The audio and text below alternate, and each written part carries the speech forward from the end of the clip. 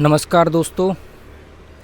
आज का मैंने वीडियो बनाने का फ़ैसला किया कि एक सवाल बहुत आ रहा था, बहुत लोगों ने पूछा, मेरे दोस्तों ने, या कई ऐसे दोस्त हैं, कई ऐसे रिश्तेदार हैं जिनके मन में ये सवाल है, पर वो मैं उनसे कम मिलता हूँ, कम बात होती तो शायद वो पूछ ना पाते हूँ। बहुत सारे लोगों ने एक सवाल मुझसे पूछा, तो मैंने कहा चलो इसके ऊपर एक वीडियो बना के डालता हूँ। काफ़ी जो अपने सब्सक्राइबर्स हैं उनमें से भी कई बार लोगों ने पूछा कि आपने कदम क्यों उठाया। तो मैं आपको बता दूँ, वो सवाल है कि आप गोवा क्यों शिफ्ट हो गए। मतलब दिल्ली से आप गोवा शिफ्ट हो गए। दिल्ली जैसी जगह, मतलब तकरीबन पूरे इंडिया से लोग दिल्ली या मुंबई ऐसी जगहों पे जाना चाहते हैं। आप दिल्ली जैसी जगह से शिफ्ट होकर हिंदुस्तान के सबसे छोटे राज्य में क्यों आए। तो दोस्तों, इसके कई सारे कारण हैं, छोटे भी हैं और बड़े कारण भी हैं। कुछ कारण ऐसे होंगे जो आपको लगेंगे कि यार ये तो कोई लॉजिक नहीं हुआ, ये कोई रीज़न नहीं हुआ। कुछ आपको वैलिड लग सकते हैं, पर अपनी अपनी सोच है। तो मैं आज वो अपना कारण आपके सामने रखना चाहता हूँ, किस वजह से मैंने दिल्ली को हमेशा के लिए अलविदा कहा और मैं गोवा अपने परिवार के साथ यहाँ शिफ्ट हुआ। तो देखो, इसमें सबसे पहली बात तो ये कि मैं अपने परिवार के साथ आने से पहले यहाँ 4-5 बार मैं अकेले आ चुका था। एक महीना 2-2 महीना मैं यहाँ रुक चुका था। इवन मैं यहाँ के लास्ट ईयर तो कोविड से जस्ट पहले, लॉकडाउन से जस्ट पहले मैं यहाँ पर ही था। 2 महीने तक बुक लिख रहा था और उसी टाइम मेरा रिस्ट फ्रैक्चर हो गई, कलाई मेरी यहाँ टूट गई वाघाटर बीच पे। तो 20 मार्च को मैं घर पहुँचा और फिर 22 मार्च से आपको पता ही है लॉकडाउन वगैरह शुरू हो गया। पिछले साल की बात बता रहा हूँ। फ़ैसला मैंने क्यों लिया, एक अजीब सी घुटन थी मुझे दिल्ली में। अगर एक सरल भाषा में कहूँ तो मुझे दिल्ली में डर लग रहा था। अब आपको कहे यार, मतलब दिल्ली में तुम्हें डर लग रहा है, वहाँ पे तुम इतने साल रहे तब तुम्हें डर नहीं लगा, तुमने घर खरीदा। मेरे रीज़न आप सुन लेना। मैंने बहुत तकरीबन 2018 से मैंने जब ट्रैवलिंग शुरू करी और 2017 से मैंने कुछ किताबें पढ़ना शुरू किया, तो उनमें से एक किताब थी चाणक्य नीति। तो मैं ये नहीं कहूँगा कि मैं बहुत अच्छा रीडर हूँ या मैं बहुत सारी किताबें पढ़ता हूँ, ऐसा नहीं है। पर मैं किताबों को समझने में विश्वास रखता हूँ, ना कि उनके कुछ बातें रट्टे मार ली और 4 लोगों में प्रभाव छोड़ दिया। तो मैंने चाणक्य नीति में एक पढ़ा था, उसमें कौटिल्य जी ने कहा था कि जिस जगह पर, आप ध्यान से सुनना, शायद हो सकता है मेरी बहुत सारी बातें आपको बेकार या बकवास लगे, पर कोई एक बात आपके काम आ सकती है। तो उन्होंने कहा था कि जिस जगह पर शुद्ध हवा ना हो, जिस जगह पर शुद्ध पानी ना हो, जहाँ पर राजा मतलब प्रशासन, एडमिनिस्ट्रेशन, सत्ता आपको सुरक्षा ना प्रदान कर सके, जहाँ पर भूमि उपजाऊ ना हो, जहाँ पर शुद्ध भोजन ना आपको मिल सके, ऐसी जगह पर कभी नहीं रहना चाहिए। इसके विपरीत उन्होंने एक बात कही थी कि जिस जगह पर शुद्ध हवा हो, जिस जगह पर शुद्ध पानी हो, जहाँ पर राजा आपको सुरक्षा दे सके, मतलब सत्ता, मतलब प्रशासन आपको, एडमिनिस्ट्रेशन आपको सुरक्षा मुहैया करा सके, वहाँ पर आपको रहना चाहिए। जहाँ उपजाऊ ज़मीन हो, मतलब उन्होंने तो अपने टाइम के सबसे बात करी कि उपजाऊ ज़मीन हो। तो ये सब चीज़ें जब मैंने, तो ये बात मेरे दिमाग में घर कर गई थी कि यार ये बात सही है। हम लोग पैसे कमा रहे हैं, या हम लोग तरक्की का मतलब बड़ी कार और उसके बड़ी, अब उससे बड़ी कार, ये सब चीज़ें हम लोग कर रहे हैं। पर हम लोग जब हमारा जीवन ही 10 साल कम हो जाएगा, या हम लोग बीमारियों से मरेंगे, जल्दी तो मरेंगे प्लस बीमारियों से भी मरेंगे। तो मुझे लगा कि यार ये कोई तुक नहीं बनता। तो ये बात दिमाग में थी। तो ट्रैवलिंग जब शुरू करी तो हमेशा से खोज थी कि कोई ऐसी जगह ढूंढनी है जहाँ पर मैं रह सकूँ। तो पूरा दक्षिण भारत में बहुत सारी ऐसी जगहें मुझे मिली, पर वहाँ लैंग्वेज प्रॉब्लम आ सकती थी, तो गोवा को मैंने चुना। अब आते कारण क्या थे, एक तो ये रीज़न हो गया, चाणक्य नीति में उन्होंने ये बात बोली थी, और जो बात कोई भी नकार नहीं सकता। कोई भी आदमी नहीं कहेगा कि भाई साहब मेरे को तरक्की दे दो पर मुझे प्रदूषित हवा दे दो, प्रदूषित पानी दे दो, प्रदूषित माहौल दे दो, आप नहीं चाहोगे। अब मैंने एक बात बोली कि दिल्ली में मुझे डर लगता था, क्योंकि दिल्ली में मैंने क्या देखा, मैं आपको सच बता रहा हूँ, ये मेरा अपना एक्सपीरियंस है। ऑफ कोर्स मेरा ही होगा जब मैं ही अपने वीडियो में बोल रहा हूँ। तो दिल्ली में दिखावा बहुत है। मतलब मेरी कमीज, मतलब उसकी कमीज मेरी कमीज से ज़्यादा सफ़ेद कैसे है, उसके पास मेरे से बड़ी गाड़ी कैसे है, उसके पास मेरे से बड़ा घर कैसे है, ये एक बहुत बड़ा रीज़न दिल्ली में है, और बल्कि मैं कहूँ तो पूरे उत्तर भारत में है, तो कोई गलत नहीं होगा, क्योंकि मैं पूरे उत्तर भारत में मैंने ज़्यादातर मैं रहा हूँ और यात्राएं करी है, यात्राएं करने के साथ साथ मैं रहा भी हूँ। तो दिखावा वहाँ पे चरम सीमा पे है। लोगों को जितनी ज़रूरत है वो उतना पैसा नहीं कमाते हैं, वो अपने पड़ोसी से ज़्यादा पैसा कमाने में लगे हुए हैं। इसकी एक मिसाल आप देख लो कि लोग अपने बच्चों को महंगे महंगे स्कूलों में डालते हैं, और उससे महंगे स्कूल में डालते हैं, और बहुत खुश होते हैं कि अब इससे बच्चे का भविष्य बन जाएगा। और तभी कोई पड़ोसी बताता है जी मैंने अपने बच्चे का इससे भी ऊपर मतलब इससे भी ऊपर वाले स्कूल में करा दिया, तो उसका वो सब बेकार हो जाता है। दिखावा चरम सीमा पे है, होड़ है, एक कंपटीशन वाली फीलिंग है, लोगों के पास टाइम नहीं है एक दूसरे से, धर्म के प्रति कट्टरता बढ़ रही है, धर्म जात के हिसाब से देखते, जातिवाद। आप वहाँ पर देखोगे गाड़ियों के पीछे लिखा होगा ठाकुर, यादव, पंडित जी, ब्राह्मण समाज, गुरु जी। मतलब कोई अपने गुरु संत को लेके प्रचार कर रहा है, कोई अपनी जाति को लेके प्रचार कर रहा है, कोई अपनी पॉलिटिकल पार्टी को लेके प्रचार कर रहा है। मतलब एक इंसान दूसरे इंसान से, मतलब मेरी अपने पड़ोसियों से बहुत कम बात होती थी। उसमें रीज़न ये होता था कि हमारे बीच में मुद्दा क्या होता, जब भी कभी बात होती थी तो कभी हमने पर्सनल विचारों का आदान प्रदान नहीं किया। आप किस पार्टी को फेवर कर रहे हो उससे वो जज करते हैं। अगर आप उनकी पसंदीदा पार्टी को के बारे में अच्छे विचार रखते हो तो वो आपसे थोड़ा खुल के मिलेंगे। हिंदू मुसलमान बहुत हो रहा था उत्तर भारत में स्पेशली, और दिल्ली में तो आपने अभी दंगे देखे ही हैं पिछले साल। हिंदू मुसलमान बहुत हो रहा था, धर्म खतरे में आ गया है ऐसा लग रहा था। कभी एक तरफ को कभी दूसरी तरफ को ये चीज़ें चल रही थी। क्राइम चरम सीमा पे था, जिन कार्यकर्ताओं की पार्टी सत्ता में है वो कार्यकर्ता से गुंडे बन जाते थे।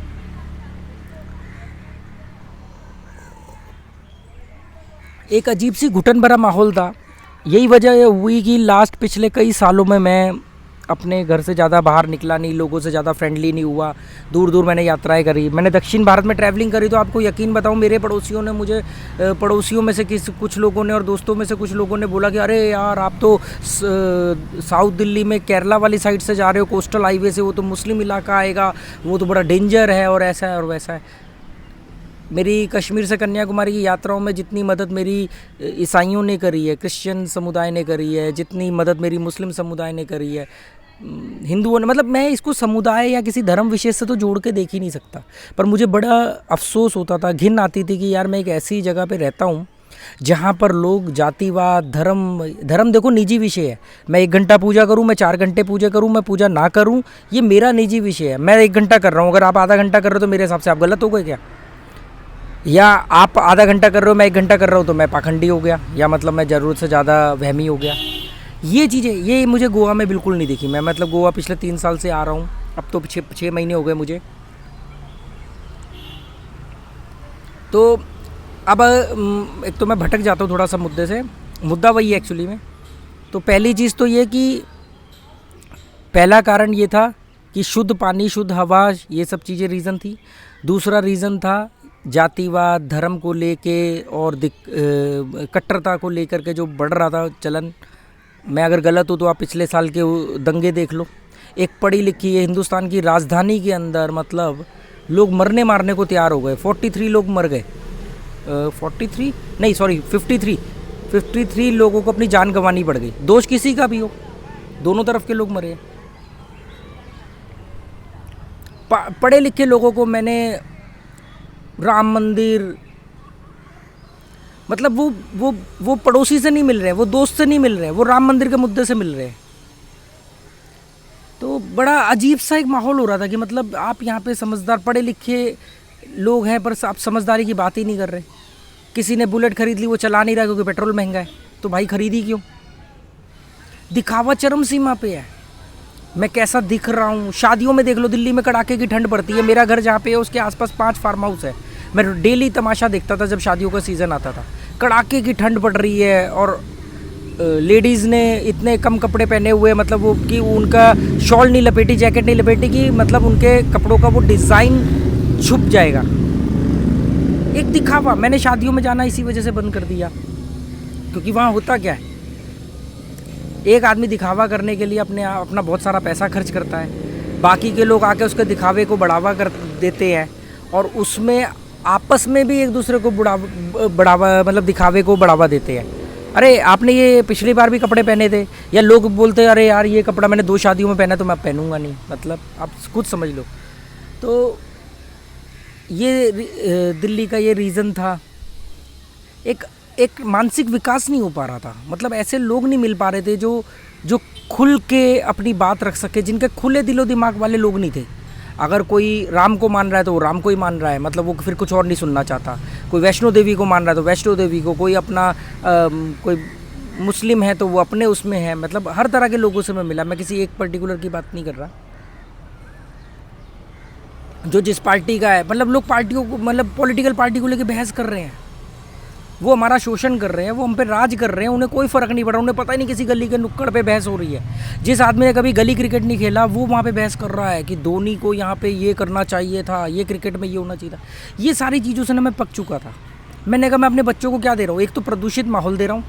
हर कोई जानता है दिल्ली का प्रदूषण का लेवल क्या है, डेली न्यूज़ में आता है, उसके बावजूद वो दिल्ली में 4 मकान खरीद रहा है। उनकी कोई आइडियोलॉजी नहीं है कि मैं मेरे को इतने साल कमाना, इतना रुपया कमाना, उसका ताज़ी हवा ताज़ी उसमें रहना है। एक और रीज़न था वेदर ऐसा था दिल्ली का, आप भी जानते हो। वो ठीक है, आप टूरिस्ट बन के जाओगे, आपको सर्दियाँ बहुत अच्छी लगेंगी, गर्मियों में सर्दियाँ, सर्दियों में गर्मियाँ हमेशा अच्छी लगती हैं। पर आप एक चीज़ देखो ना कि सर्दियों में सर्दी इतनी पड़ती है कि आप काम नहीं कर सकते, गर्मी में गर्मी इतनी पड़ सकती है कि आप दोपहर में काम नहीं कर सकते। मतलब कोई फ्रेंडली वेदर ही नहीं है। मॉनसून के नाम पे 15 दिन बारिश होती है वहाँ, और 15 दिन की बारिश में सड़कों पे जाम लग जाता है। तो अब मैं एक ऐसे जगह पे हूँ जहाँ पे अभी इस समय गर्मी है, आज गर्मी बहुत ज़्यादा है, हवा नहीं चल रही है। ये सामने मेरे, ये आपको मैं दिखा नहीं पा रहा, ये सामने की मेरे अरब सागर है, ये अभी सनसेट हो रहा है इस समय, बिल्कुल डूबने ही वाला है, चपोरा फोर्ट है। ये रिवर है, ये सामने रिवर मिल रही है अरब सागर में, ये सामने मोरजिम बीच है इधर, ये मेरे पीछे सनसेट पॉइंट है, देखो वहाँ कुछ लोग आपको दिख भी जाएंगे शायद, वो बैठे हुए सनसेट पॉइंट में ये देख रहे हैं। ट्रैफिक जाम, मतलब मेरे पास वहाँ पे 2 गाड़ियाँ थी, यही दिखावे के ट्रैप में मैं फंस रहा था। मेरे परिवार छोटा परिवार है, मुझे 2 गाड़ियों की ज़रूरत ही नहीं थी। जब मैंने एक गाड़ी खरीदी तो मुझे दूसरी सेकेंड हैंड वाली बेच देनी चाहिए थी, मैंने नहीं बेची, 2 गाड़ियाँ हैं मेरे पास।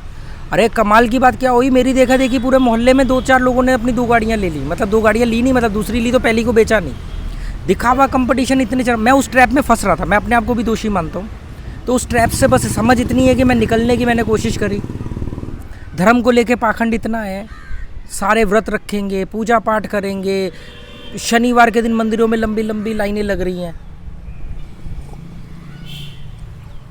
कोई समझ नहीं है। मतलब मंदिरों में चढ़ावे के नाम पे अन्न बर्बाद हो रहा है। जो कमाल की बात है, जिनको मेरी बातें कड़वी लग रही होंगी या जिनको जो असहमत होंगे, वो उनसे आप पूछो कि आप इतने सालों से पूजा पाठ कर रहे हो या आपने किसी भगवान को मान रहे हो या जो भी कुछ कर रहे हो, आपकी परिस्थिति में क्या सुधार हुआ? आप तो वहीं के वहीं हो। बस क्या है कि आपको कुछ ऐसी डिप्लोमेटिक स्टेटमेंट्स दे दी गई हैं कि अगर आपके साथ बुरा हो रहा है तो आप कहते हो भगवान परीक्षा ले रहा है, और अच्छा हो रहा है तो देखो भगवान ने आशीर्वाद दे दिया, और इसी में आप चल रहे हो। तो दिल्ली छोड़ने का मेरा पहला रीज़न जो था वो था एक प्रदूषण रहित जगह पे जाना। यहाँ पे नॉइज़ पॉल्यूशन थोड़ा बहुत होता है क्योंकि मेरा घर हाईवे पे है, मतलब रोड के ऊपर है, हाईवे तो नहीं बोलूँगा, और ये टूरिस्ट प्लेस है, रात भर टूरिस्ट यहाँ से जाते हैं, थोड़ा बहुत वो नॉइज़ पॉल्यूशन होता है। बाकी ये इस तरफ पहाड़ है पूरा, ये पीछे पहाड़ देख रहे हो इधर सामने, ठीक है। अरे ऐसी बहुत सारी जगह है, मैं ज़रूरी नहीं कि सिर्फ गोवा की बात करूँ, मैं यहाँ पे भी कोई ज़्यादा लंबा नहीं रहने वाला। पहला रीज़न था पॉल्यूशन, दूसरा रीज़न था पॉपुलेशन की आबादी इतनी ज़्यादा है। मेट्रो में कई बार सफ़र करने से डर लगता था। मुझे कभी गुड़गांव जाना होता था तो मैं 11 बजे के बाद जाता था और कोशिश करता था कि किसी भी हालत में 4 बजे से पहले मैं आ जाऊँ, क्योंकि जैसे ही गुलामों की छुट्टी होने का टाइम होगा, वो मेट्रो में वो मतलब 15-15 साल से 10-10 साल से एक ही सड़क से गुजर रहे हैं, एक ही मेट्रो में सफ़र कर रहे हैं, एक ही जैसी काम कर रहे हैं, नौकरी करे जा रहे हैं, बैंक बैलेंस बढ़ रहा है, मकान 2 हो गए, बाइक से कार पे आ गए, वही चल रहा है, कुछ नहीं पता, सड़क के गड्ढे तक याद हो गए उन्हें। 4 दिन के लिए कहीं घूम के आना, आप 4 दिन के लिए गोवा आओगे, हो गया काम। तो और दिखावा, ये बहुत मतलब इसमें भी मैं ट्रैप में फंस रहा था। मेरे बच्चे, हम क्या कपड़े पहन रहे हैं, मेरे बच्चों को लग रहा था महंगा फ़ोन कब आए दिलाएंगे, मेरी सहेलियों के पास फ़ोन है, बहुत मुश्किल से मतलब मुझे डेली उनकी डीकंडीशनिंग करनी पड़ती थी, क्योंकि जो कंडीशनिंग हो रही थी सोसाइटी की तरफ से, स्कूल की तरफ से, इसीलिए मैंने स्कूल छुड़वा दिए उनके। छूट गए सबके साल पर 1.5 साल से, पर मेरी शुरू से इच्छा नहीं थी। मैं होम स्कूलिंग उनको कराना चाहता। स्कूल में क्या सिखा रहे हैं? स्कूल में आपको दिखावे से लड़ना कोई टीचर सिखा रहा है क्या? जातिवाद, आपकी कास्ट से आपको जज करेंगे, आपके रिलीजियस से आपको जज करेंगे, आप किस पार्टी को सपोर्ट करते हो उससे जज करेंगे, आपके विचार कैसे उससे जज करेंगे। कमाल की बात है कि विचार आदान प्रदान आता ही नहीं किसी को कि ठीक है यार मैं ए की थॉट रखता हूँ, चलो बी की थॉट वाले से मिलता हूँ, समझता हूँ, मुझे 2-3 चीज़ें नई सीखने को मिलेंगी और 2-3 चीज़ें मैं अपनी उसको सिखाऊंगा। ऐसा नहीं है, ए वाला ए पे अड़ा हुआ है, बी वाला बी पे अड़ा हुआ है। एक मानसिक विकास नहीं हो पा रहा था। मैं कुछ किताबें पढ़ता था, मुझे कुछ नई चीज़ें मालूम पड़ती थी, मैं अपने आसपास के लोगों से बात करता था, वो बातें उनके सिर के ऊपर से जाती थी। वो कहते थे इससे पैसा तो नहीं आ रहा ना, उन्हें जानना ही नहीं। तो जातिवाद मैंने बताया, दिखावा मैंने मतलब दिखावा रीज़न था, जातिवाद हाँ एक बहुत बड़ा कारण था। रोड रेस आपने दिल्ली में देखा है, मतलब दिल्ली में मेरे को गाड़ी चलाते, गाड़ी की बात बीच में रह गई। मुझे इतना डर लगता था, क्योंकि डर किस बात से लगता था, ऐसा नहीं कि मैं कोई ख़राब ड्राइवर हूँ। प्रॉब्लम ये हो रही थी कि आए दिन किस्से सुनने को मिलते थे। मैंने गाड़ी लेके डर लगता था कि यार किसी को गाड़ी लग गई तो वो बातचीत तो बाद में करेगा, मार पिटाई पहले शुरू कर देगा। आए दिन ऐसी खबरें मिलती हैं। अभी कुछ दिन पहले दिल्ली में स्कूटी टच होने के चक्कर में 2 लड़कों का मर्डर कर दिया। मर्डर करने वाले भी यंग लड़के ही थे। सहन शक्ति नहीं है, लोग गाड़ियों में बेस बैट डंडे लेकर के घूमते हैं।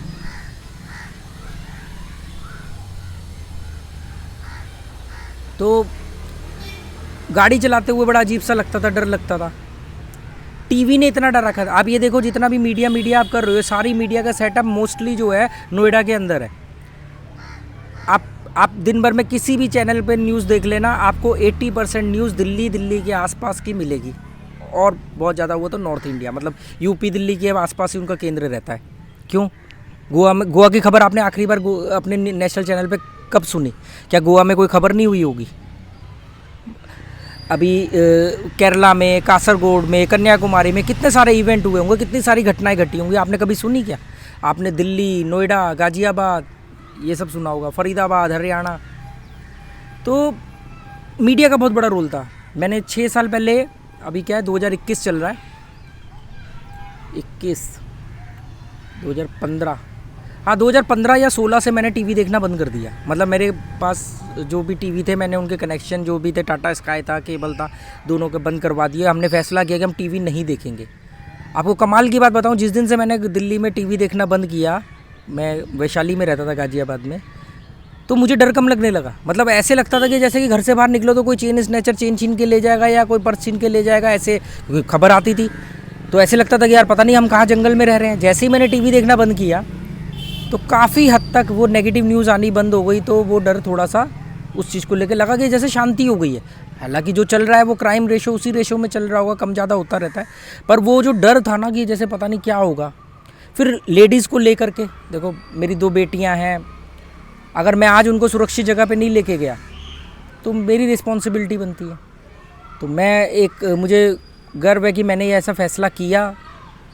और ये जितनी भी चीज़ें हैं, आप मुझे कमेंट करके बताना कि इनमें से कितनी चीज़ों से आप सहमत हो और कितनी चीज़ों से आप असहमत हो। कि मैं कोई ये नहीं कह रहा कि ये दक्षिण भारत में ये खामियां नहीं है, कंपैरिजन करोगे तो बहुत कम है। क्या दिल्ली में प्रदूषण चरम सीमा पे नहीं है? क्या वहाँ पे लोग जातिवाद, अभी आपने देखा होगा, अभी नोएडा पुलिस, दिल्ली पुलिस ये अभियान चलाती रहती है बीच बीच में, ये गाड़ियों के पीछे से जातिगत स्टिकर या वो सब लगाना, हटाओ इसको। आप क्या कर रहे हो? आप जातिवाद फैला रहे हो। अब मैं मान लो मैं अपनी गाड़ी के पीछे शर्मा लिखूं, पंडित लिखूं, तो मैं क्या कर रहा हूँ कि मैं शर्मा हूँ, मैं पंडित हूँ, इसमें मेरा क्या योगदान है? आप मुझे बताओ। वो तो मैं पैदा हो गया ना पंडित के घर में, शर्मा कास्ट के अंदर पैदा हो गया ना, मेरा अपना योगदान तो नहीं है ना। अपना योगदान उसके बाद होगा, हम उसी में गर्व करे जा रहे हैं। तो ये एक रीज़न था। अभी मैं ऊपर आई बटन पे एक लिंक आएगा, उसमें मैं आपको ये बताऊंगा कि भी मतलब आप उसमें देख सकते हो कि मैं कैसे आया दिल्ली से। मैं यहाँ तक कैसे आए, डे 1, डे 2, डे 3, वो भी आपको एक्सपीरियंस मिलेगा। मैं अपनी वाइफ, अपनी 2 बेटियाँ और मेरे 2 डॉगी टॉनी और जेरी, उनके साथ आया अपनी गाड़ी के अंदर। दोस्तों ने काफ़ी सपोर्ट किया, अच्छे पड़ोसी थे, उनसे मिल के आया। और दिल्ली छोड़ने का फ़क्र है उत्तर भारत, क्योंकि रीज़न जो दिए हैं मैंने, पॉल्यूशन है, पॉपुलेशन है, जातिवाद है, दिखावा है, कंपटीशन है, कंपैरिजन है। अब सुकरात ने कहा था ना कि भी कंपैरिजन और कंपटीशन से निकलो। लाओ त्से ने तो क्लियर बोला था कि अगर आप लाओ त्से ने क्या कहा था, जो चीनी संत थे 2500 साल पहले, उन्होंने ये कहा था, संत नहीं सॉरी फिलोसफर, कि वो प्रतिस्पर्धा में नहीं है इसलिए उसका कोई मुकाबला नहीं कर सकता। पर पूरा नॉर्थ इंडिया, पूरा दिल्ली स्पेशली, या शायद आप इसको कह सकते हो कि भाई मेरे अंदर ये दोष होंगे इसलिए मुझे ऐसे दिख रहे होंगे, वो आप फैसला करना। आप मुझे कमेंट करके बताना कि मेरे जो रीज़न मैंने आपको दिए हैं उनमें से कौन से रीज़न जायज़ हैं, कौन से रीज़न आपको बेकार लग रहे हैं, या आप सहमत हो। तो ठीक है, वीडियो बहुत लंबा हो गया, 21 मिनट का हो चुका है। मुझे लगता नहीं इसमें एडिटिंग करने की मेरे को ज़रूरत है, मैं इसको ऐसे के ऐसे ही अपलोड कर दूँगा। और अब बंद करने से पहले मैं आपको एक बार अपना आसपास का व्यू दिखा दूँ। मैं इसको, हाँ मैं फ्रंट कैमरा तो नहीं कर सकता इसका,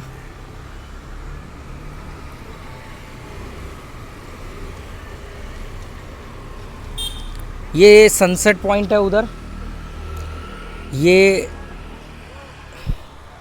अरेबियन सी है, इधर मॉर्जिन बीच है सामने, ये इधर मैं आपको दिखाता हूँ सनसेट। हाँ ये हो गया है एक्चुअली में, ये जो आप पेड़ देख रहे हो ना, 1 मिनट, हाँ इसी तरफ ये सनसेट हुआ है, चपोरा फोर्ट है इधर। तो ठीक है दोस्तों, कमेंट करके बताना ज़रूर आप मेरी किस बात से सहमत हो और किससे नहीं। ओके बाय, थैंक यू, फिर मिलेंगे।